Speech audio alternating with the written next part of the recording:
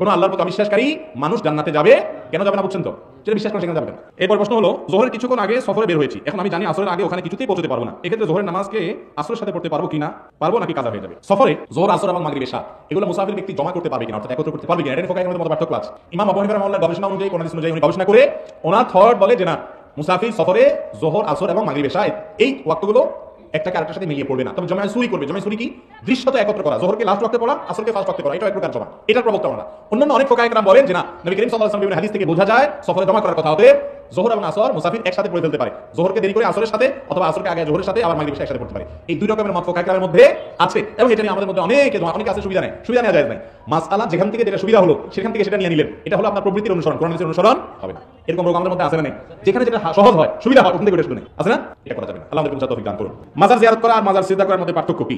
মাজার জিয়ারত আর মাজার সিজদা, মাজার জিয়ারত সুন্নাত আর মাজার সিজদা করা শিরক। মাজার জিয়ারত করা হলো সওয়াবের কাজ, আর সিজদা করা হলো কি? গুনাহের কাজ না, শুধু শিরকের মতো গুনাহের কাজ, যেটা একটু আগে আলোচনা করলাম। মাজার মানেটা কি? আমরা মনে করি মাজার মানে হলো বড় কোনো পীর সাহেবের কবর হলে ওটার নাম কি? মাজার। আর আমাদের মতো গরিব মানুষের কবর হলে ওটার নাম কি? কবর। এটা ভুল কথা ভাই। মাজার আরবি শব্দ, এর অর্থ হলো জিয়ারত করার স্থান, মানে কবর, যেটাকে মানুষ জিয়ারত করতে যায়। অতএব সাধারণ কবর ওই বড় কোনো আলেমের কবর কি, কোনো পীর সাহেবের কবর কি, গরিবের যে কবর, সাধারণ মুসলমানের যে কবর, সেটাও মাজার।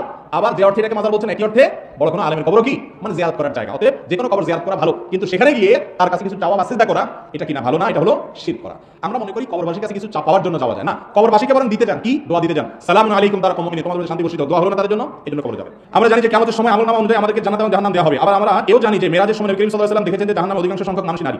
এখন প্রশ্ন হচ্ছে যে এই মুহূর্তে যারা কবরবাসী আছেন তারা কি জান্নাত কিংবা জাহান্নামে রয়েছেন? বিষয়টি বুঝে বলে উপকৃত হবো। দেখেন, মেরাজে আমাদের নবী করিম সাল্লাল্লাহু আলাইহি ওয়াসাল্লামকে আল্লাহ তাআলা অনেক কিছু দেখিয়েছেন, তিনি অনেক কিছু দেখেছেন।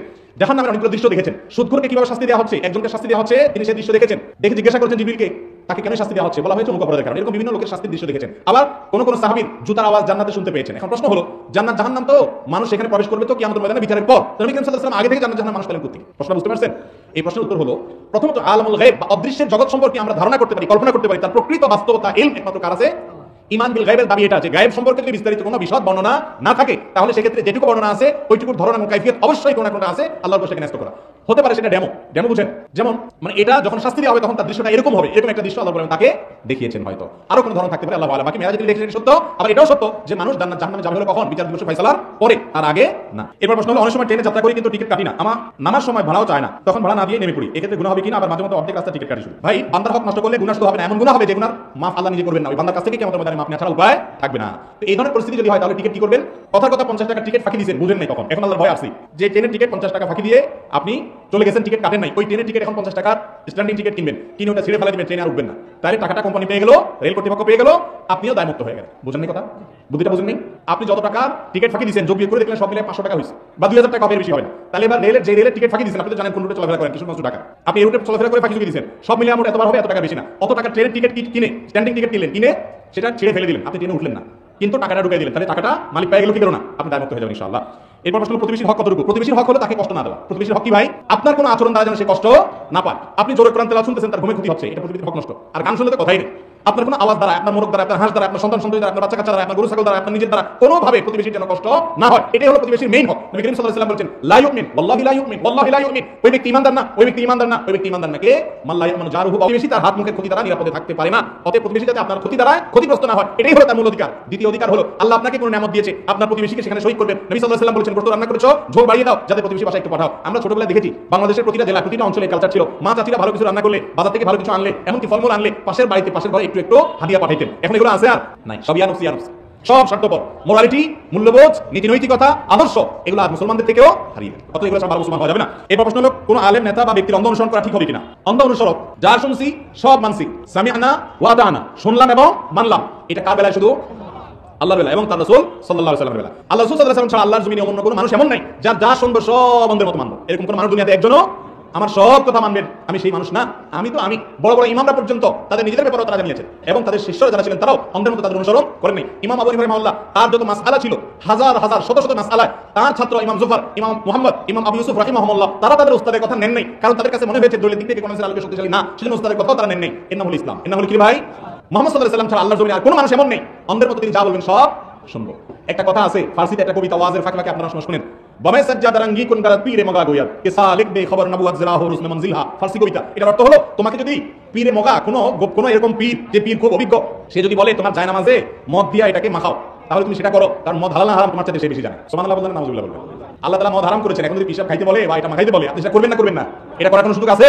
লা তাআতা লি মাখলুকিন ফি মাসিয়াতিল খালিক। আল্লাহর কথা বাইরে পৃথিবীতে কারোর কথা শোনার কোনো সুযোগ। এবার প্রশ্ন হলো, ফজরের জামাতে মাসের বেশিরভাগ দিন হাজির না হওয়ায় কি ক্ষতি হতে পারে?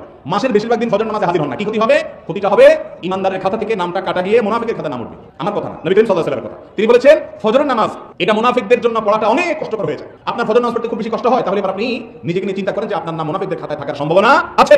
অতএব ফজর নামাজ পড়ার জন্য চেষ্টা করতে হবে। চেষ্টা কেমনে করবেন? Very easy. ফজর নামাজ পড়ার একমাত্র উপায়, ইজিলি ফজর পড়বেন, কোনো কষ্ট হবে না। বলে দেবো কিভাবে, খুব সহজ।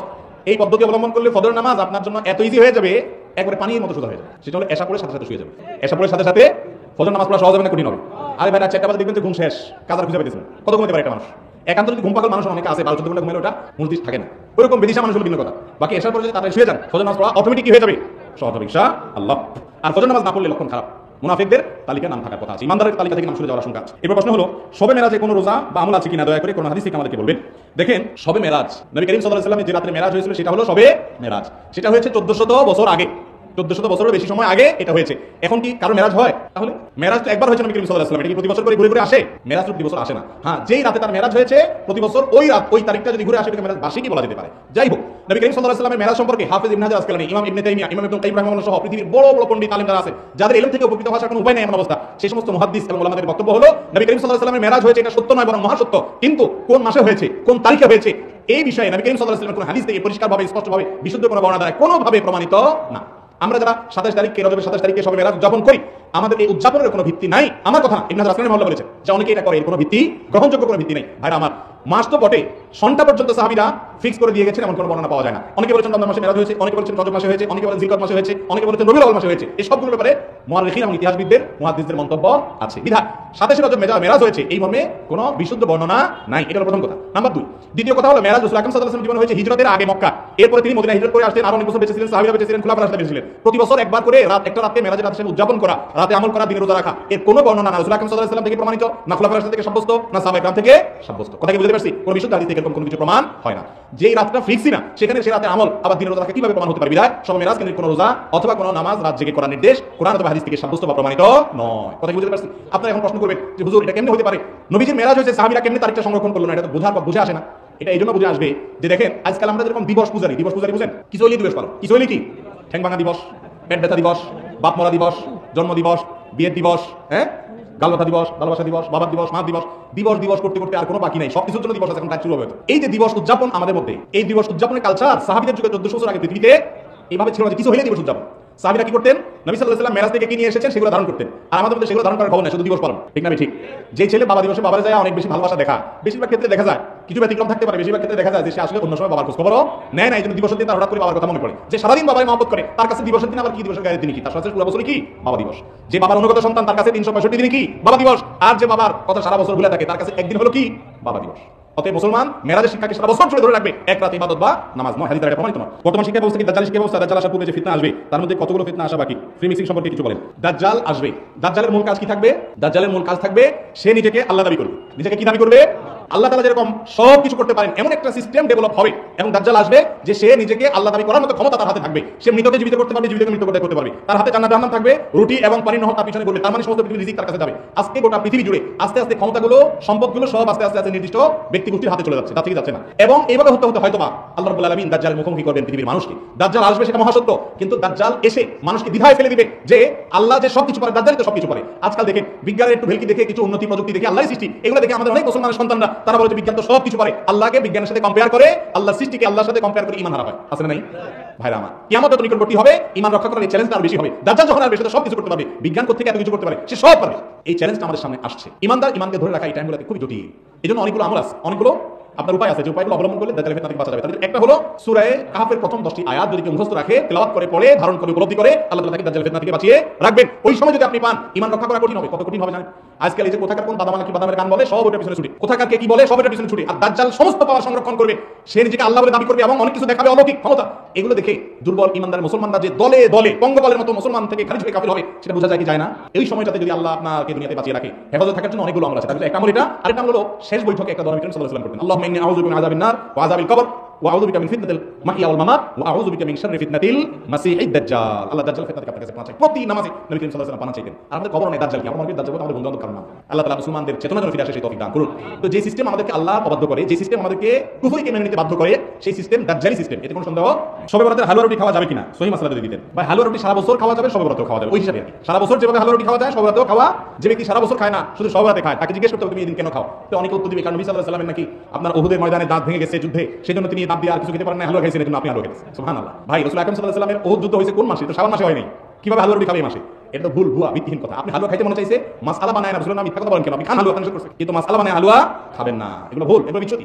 আর যদি কথার কথা রাসূল আকরাম সাল্লাল্লাহু আলাইহি ওয়াসাল্লামের দাঁত ভাঙার পর উনি হালুয়া খাইছেন, কথার কথা, এটা তো না, এই দিনে ঘটে নাই, তারপরে ধরে নিলাম যদি ঘটে থাকে, তাহলে আপনি নবী করিম সাল্লাল্লাহু আলাইহি ওয়াসাল্লামের দাঁত ভাঙার কারণে যদি হালুয়া খেয়ে থাকেন, তো আপনি আজ তো ভালো ভালো 32টা দাঁত কেলা হালুয়া কিভাবে খান? এটা কি নবীর সঙ্গে বেয়াদবি না? আপনার বাবার পা ভেঙে গেছে, উনি একটা লাঠি দিয়া ভর দিয়ে বেচারা চলে, আপনি বাবার প্রতি মহব্বতের চোটে, আরে আমার বাবা নামাজ পড়তে গিয়ে পড়ে পা ভেঙে গেছে, এজন্য লাঠি দিয়া স্ট্রেচার দিয়ে চলাফেরা করে, আমার বাবা লাঠি দিয়া ভর করে চলে, তো সেই জন্য আপনি বাবার প্রতি সিম্পেথি দেখিয়ে, ভালোবাসা দেখিয়ে, আপনার তাগড়া তাগড়া ভালো দুটো পা থাকা অবস্থা লাঠি নিয়ে আপনি কোলায় কোলায় হাঁটতেছেন। কি বলেন? বাবা ডেকে চুমা দিবে না, তারপর দিবে, বলবে বেয়াদব, তোর ভালো পাওনি এমন কেন করছিস? তুই যদি নামাজ পড়তে আমার মতো এরকম যাস আর অন্ধকারে পড়ে পা ভেঙে যায়, তারপর তুই লাঠি নাস, তাহলে বুঝবো তুই বাপের সন্তান। ঠিক না? ঠিক। রাসূল আকরাম সাল্লাল্লাহু আলাইহি ওয়াসাল্লাম দেহাত করতে গিয়ে দাঁত ভেঙে যদি হালুয়া খেয়ে থাকেন, আপনি দাঁত আস্ত রেখা দাঁত কেলাতে কেলাতে হালুয়া খান, কোন মুখে? এটা কোনো বুদ্ধিমান মানুষের কাজ হতে পারে না। হালুয়া খেতে মন চাইছে আপনি খান, মিথ্যা মাসালা বানিয়ে না। আহলে কিতাব কোন কারা?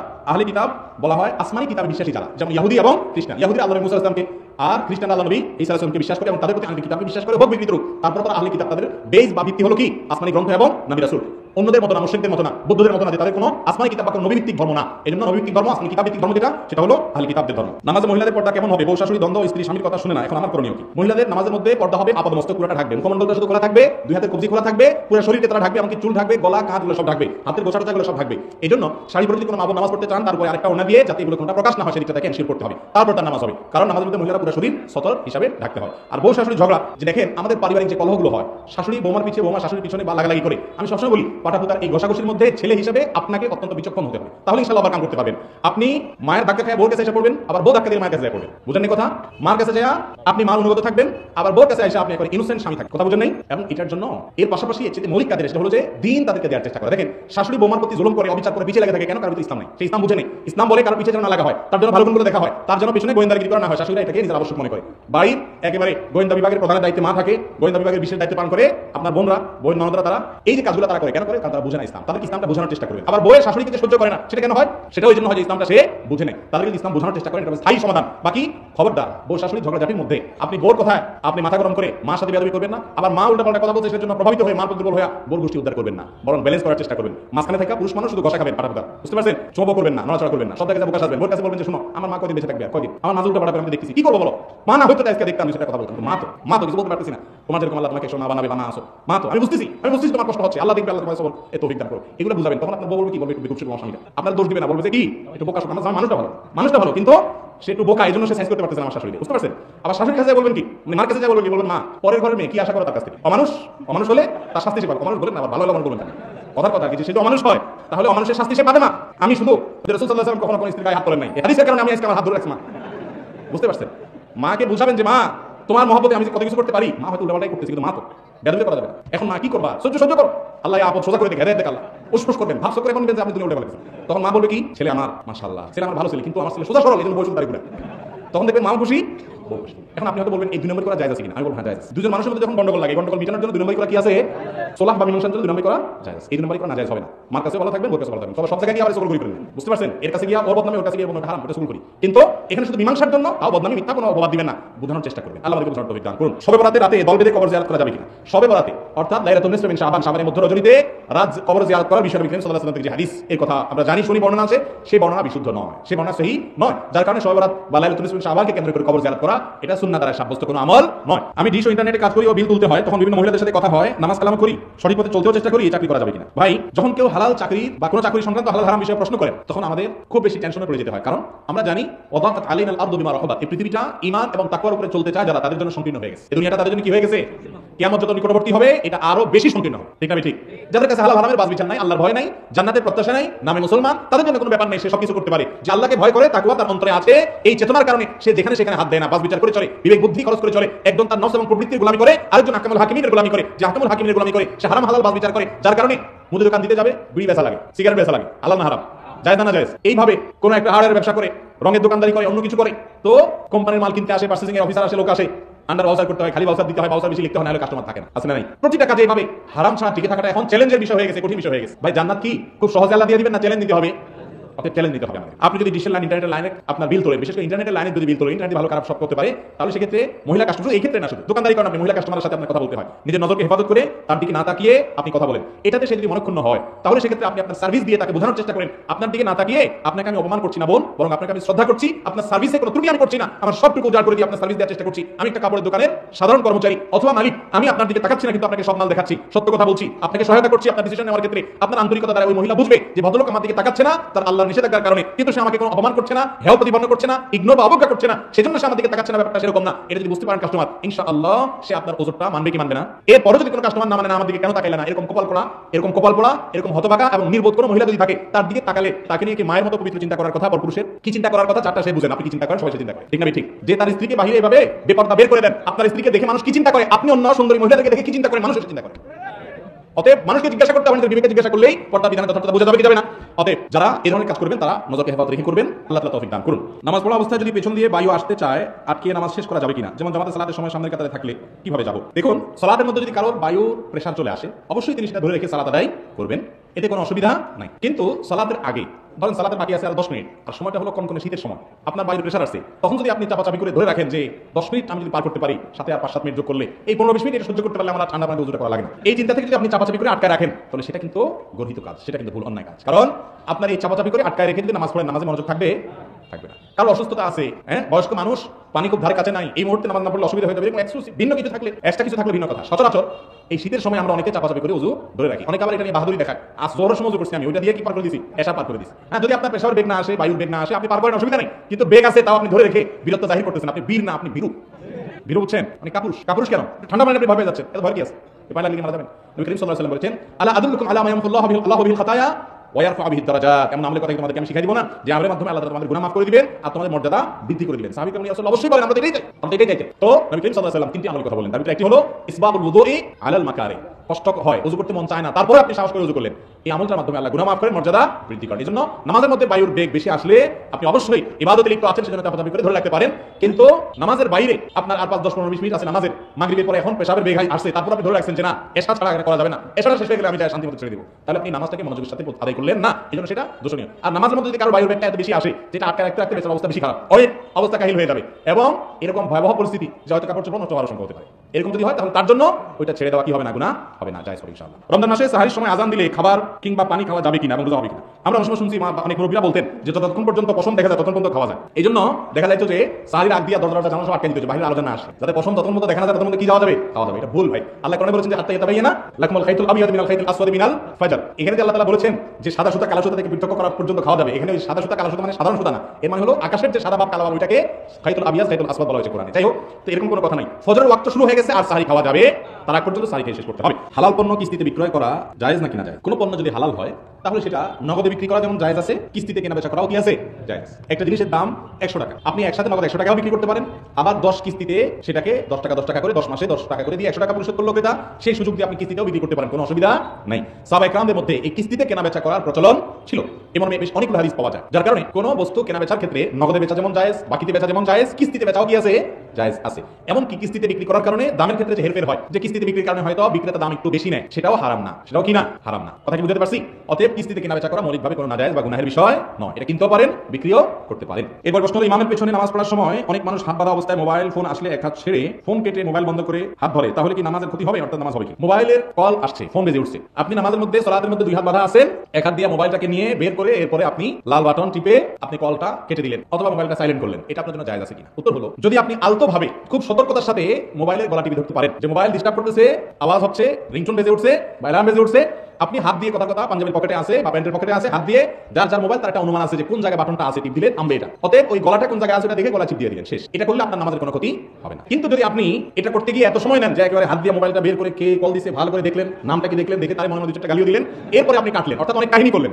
এত কাহিনী যদি আপনি করেন তাহলে আমলে কাসির হবে, আর আমলে কাসির হলে আপনার নামাজ নষ্ট হয়ে যায়। কথা কি বুঝতে পারছি? আমাদের সমাজে দুই রকমের সমস্যাই আছে। কিছু লোক আছে নামাজের মধ্যে মোবাইলে কল বেজে উঠলে, ফোন বেজে উঠলে উনি মোবাইলটা নিয়ে উনি ওইটা নিয়ে অ্যানালাইসিস শুরু করেন, কে কল করলো, কোথা থেকে করলো, এর কি বিবেচনা নাই, বিবেক বুদ্ধি নাই, আমি এখন নামাজে আছি, উনি অ্যানালাইসিস শুরু করেন এবং কাটেন, পারলে আবার সুইচ বন্ধ করেন, হ্যাঁ সাইলেন্ট মোড অন করেন, এত কাহিনী করতে করতে এরপরে আবার মোবাইলটা রাখেন। এত কাহিনী করলে এটা আমলে কাসির হতে পারে, আমলে কাসির হতে পারে। এটা বোঝা যাবে কিভাবে আমলে কাসির হলো কিনা? আপনার মোবাইল টেপার ভাবটা যদি এরকম হয়, ধরেন আপনি এমন ভাবে মগ্ন হয়ে মোবাইলের দিকে তাকিয়ে টিপি করতেছেন যে দূর থেকে একজন মানুষ দেখে আপনাকে যদি সন্দেহের মধ্যে পড়ে যায় লোকটা নামাজে আছে নাকি মোবাইল টিপতেছে, যদি তার এরকম মনে হয় যে লোকটা মনে হয় নামাজে নাই, দাঁড়ায় মোবাইল টিপতেছে, হাত এখানে রাখছে, হাত ভাঙা, বাহাতে কোনো সমস্যা আছে, জন্য এখানে এক হাত আছে আর এক হাতে মোবাইল টিপতেছে, একজন মানুষ দূর থেকে দেখে যদি আপনার ব্যাপারে এরকম সন্দেহ করার মতো পরিবেশ থাকে, অর্থাৎ আপনি এত বেশি টিপিং করেন, এরকম সন্দেহ করার সুযোগ যদি থাকে, তাহলে সেক্ষেত্রে এটা আমলে কাসির হবে, কারণ নামাজ নষ্ট হয়ে। কথা কি বুঝতে পারছি? আর যদি আপনি আলতোভাবে মোবাইলটা কোনো রকম চাপ দিয়ে বন্ধ করে রেখে দেন, হ্যাঁ একটা না হলে দুইটা, দুটো হলে পাঁচটা চাপ দিলেন, হাত দিয়ে সাইডে হাত দিয়ে কোনো রকম চাপ দিয়ে বন্ধ করলেন, কোনো ভাবে বন্ধ হচ্ছে না, তারপরে আস্তে করে বের করে বন্ধ করে আবার রেখে দিলেন, মানে একবার দেখা দেখি এত কাহিনী না করলেন, আলতোভাবে করে ফেললেন, তাতে আপনার নামাজ হয়ে যাবে এবং মানুষ মুসল্লিরাও আপনার বিরক্তি থেকে বেঁচে যাবে। কিছু মানুষ আছে যে দেখে টিপতে থাকে অনবরত, আর আমলে কাসির করে নামাজ নষ্ট করে। আবার কিছু মানুষ আছে মোবাইল বাজতে থাকে বাজতে থাকে বাজতে থাকে, সে তার হাত ছাড়ে না যে না নামাজ নষ্ট করা যাবে না, সবার মনোযোগ নষ্ট হয় হোক কিন্তু আমার নামাজ নষ্ট করা যাবে না, হাত এরকম ধরেই রাখে। হাত বাঁধাটা ফরজ না ওয়াজিব? নামাজের মধ্যে হাত বাঁধা এটা কি ফরজ নাকি ওয়াজিব? ফরজ না ওয়াজিব? সন্দেহের মধ্যে পড়ে গেছে। ফরজের পক্ষে যারা হাত তোলেন, নামাজের মধ্যে হাত বাঁধা ফরজ, এর পক্ষে যারা হাত তোলেন, মাত্র একটা হাত উঠলো, তাও নামে ফেলছে বেচারা। ওয়াজিবের পক্ষে যারা হাত তোলেন, মাশাআল্লাহ, এর পক্ষে কিছু হাত উঠছে। বোঝা গেল যে বেশিরভাগ মানুষ আপনারা জানেন আসলটা, নামাজের মধ্যে হাত বাঁধাটা কি সুন্নাত। অতএব সুন্নাত তরক করলে নামাজ হবে কি হবে না? বিধায় আপনার নামাজের মধ্যে মোবাইলে কল আসছে, আপনি হাত একটু ছাড়লেন, একটু কিছু সময় জন্য ছাড়লেন, তাতে আপনার নামাজ হয়ে যাবে, অসুবিধা। কিন্তু আপনি আমলে কাসির করলে ডিবাডিবি করে একেবারে এমন কিছু করলেন যে দর্শক আপনাকে দেখে সন্দেহের মধ্যে পড়ে নামাজ আছেন কিনা, তাহলে নামাজ হবে না। কথা বুঝতে পারছি? অনেকে আছে যে মশার কামড়ে বেচারা অস্থির, মশা হয়তো তার শরীরে এমন ভাবে ভুল ঢুকাই দিছে যে ব্যথা জ্বলা যন্ত্রণা শুরু হয়েছে, তারপরেও সে চোখ মুখ লাল হয়ে যাচ্ছে, কিন্তু বেচারা মশা তাড়াইতে যায় না, যদি নামাজ নষ্ট হয়ে যায়। আছে না এরকম? না ভাই, আপনি আস্তে করে মশাটা তাড়াই দেন, দৌড়াই দেন, এরপরে নামাজ পড়েন। আবার একবারে মশা মারার জন্য একেবারে আপনি অ্যাকশন নিয়ে মশা নিয়ে জোর করে এমন ভাবে দিলেন যে তাহলে কিন্তু আমার কাছে নামাজ ভাঙার সম্ভাবনা আছে। খোলাসা কথা হলো, নামাজের মধ্যে মোবাইল বেজে উঠলে, কোনো শরীরের কোনো জায়গায় চুলকাচ্ছে বা মোবাইলে আপনার মশা কামড় দিয়েছে বা কোনো ডিস্টার্ব হচ্ছে, কথা আপনার বাচ্চা আপনাকে এত ডিস্টার্ব করছে যে কোনোভাবে আপনি সেখানে সালাত আদায় করতে পারছেন না, সামনে এমন কিছু এসে পড়ছে কোনোভাবে আপনি সেখানে সালাত আদায় করতে পারছেন না, সিজদা করতে পারছেন, আস্তে করে আলতো করে সরাই দিলেন, কিন্তু আপনি নামাজের যে হাইয়া, নামাজের যে অবস্থা তার মধ্যেই আছেন, আপনাকে দেখে নামাজে যে আছেন এটা বোঝা যায়। এইরকম অবস্থার মধ্যে আলতো করে যদি সমস্যার সমাধান করে ফেলেন তাতে কোনো অসুবিধা হবে না। আপনার একটি লেকচারে শুনেছি সন্তান জন্মের 7 দিনের সুন্নাতে খাতনা অর্থাৎ মুসলমানি করা সুন্নাত যদি করানো হয় তাহলে কি ফিতনা সৃষ্টি হতে পারে? যেমন এটা দেখে অনেকেই চিন্তা ভাবনা অনেক গভীর যেতে পারে। 7 দিনে খাতনা করা সুন্নাত, 7ম দিনে মাথার চুল চাষা মুন্ডন করা সুন্নাত। খাতনা 7ম দিনে করতে হবে এমন কোনো বাধ্যবাধকতা নাই, আগে পরেও হতে পারে। তবে এটা ঠিক যে ছোট বাচ্চাদেরকে, নবজাতক শিশুদেরকে যত ছোট থাকতে খাতনা করা যায় ততই ভালো, ততই তাদের কষ্ট কম হয়, ততই অসুবিধা কম হয়। এবং মিডল ইস্ট সহ বিভিন্ন দেশে আমি দেখেছি, জেনেছি যে সেখানে বাচ্চাদেরকে জন্মের পরপরই খাতনা করে দেওয়া হয়। আমাদের দেশে খাতনা 7-8 বছর 9 বছর পর্যন্ত, অর্থাৎ লজ্জাশরম হওয়ার আগ পর্যন্ত খাতনা করে না। এটা কোনো ভালো জিনিস না। সে যখন লজ্জাশরম বুঝে তখন আপনি ধরে তার লজ্জা ভাঙলেন, ধরে বেঁধে এনে গ্রাম দেশে দৌড়ায় আইনা খাতনা করা লাগে, আছে না নাই? এটা তো ভালো কিছু না। তাছাড়া বয়স যত বেশি হয়ে যায় এই ক্ষত শুকাইতে তত বেশি সময় লাগে। এই জন্য আগে খাতনা করা কি ভালো, কিন্তু এই না যেটা না করলে কোনো অসুবিধা হবে, কোনো গুনাহ হবে, হ্যাঁ এরকম না। 7ম দিনে মাথা মুন্ডন করাটা কি সেটাও যদি অসুবিধা হয় পরে করলেও অসুবিধা নাই। এরপর প্রশ্ন হলো, বর্তমানে গ্রামে দেখা যায় অনেকেই গরুর